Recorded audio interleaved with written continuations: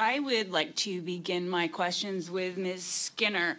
In your opening statement, you said that this violence, toxic violence, is not a specific hockey problem.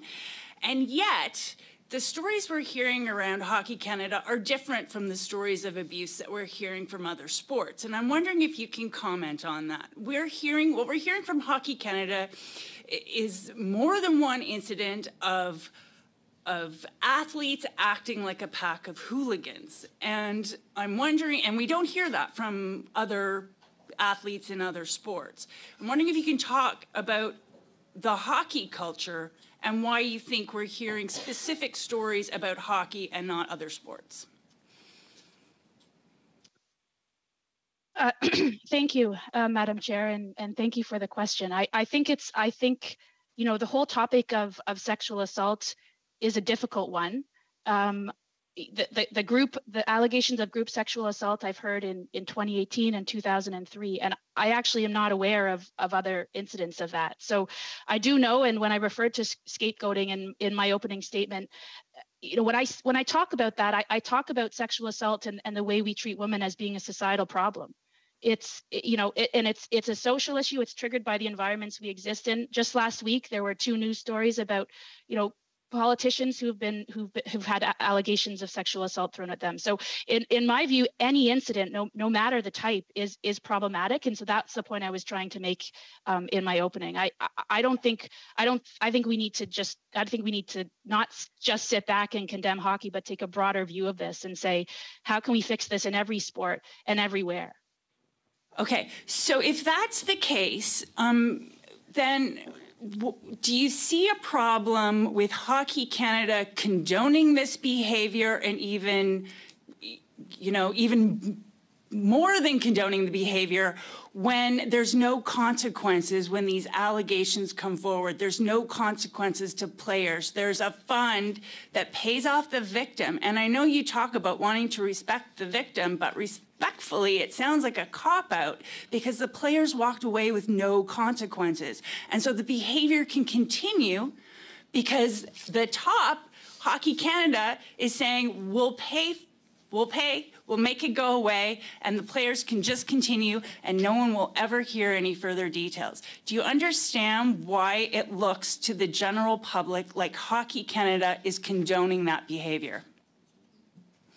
Thank you for the question. I understand there is a perspective out there, and I do, with great respect, disagree with it. I think we want to see consequences for the players. The woman in this circumstance did not identify and refused to identify the players. So what Hockey Canada has done, we decided to resolve the matter in a way that was trauma-centered, victim-centered, or complainant-centered. And at the same time, we've got an investigation that's ongoing, and we put in tool a place so that players will have to participate in that investigation so that the truth can be discovered.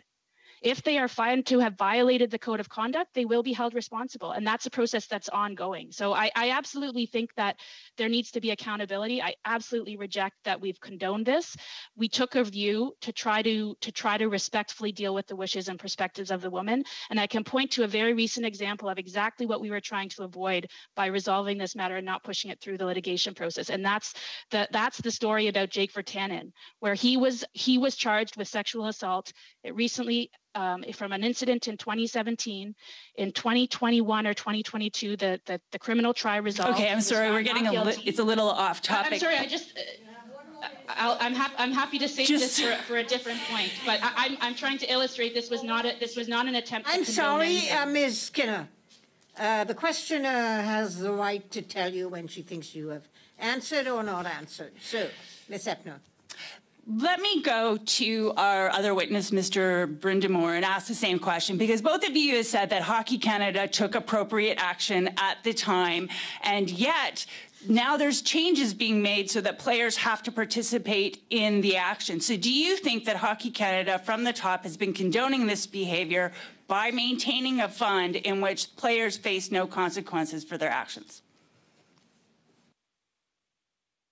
Merci, Madame la Présidente. Thank you, Madam Chair. Merci, Madame la députée, pour votre question. And thank you to the member for Je her ne comprends question. pas le terme anglais condoning. I do not understand ce que the je peux English vous dire, term condoning, c'est but what que I can tell you dès le moment où is l'enquête from the moment when par the la firme d'avocats investigation a pu reprendre, by the law firm was able à to ce moment-là, resume, il a été clairement établi devant ce comité, from that à la time it dernière was occasion, clearly Madame stated Robitaille, before Ms. this Robitaille a témoigné committee when qu'elle Ms. ne désirait pas Robitaille continuer à testified entendre les joueurs. that Elle désirait the d'abord witness et did not avant want tout to continue to hear rencontrer players, la plaignante ou lui or parler rather, ou Ms. obtenir Robitaille d'elle une wanted to meet déclaration with the avant de poursuivre plaintiff son and get her enquête. statement Alors, before c'est dans ce continuing I sens think with the Ms. Hepner statement. has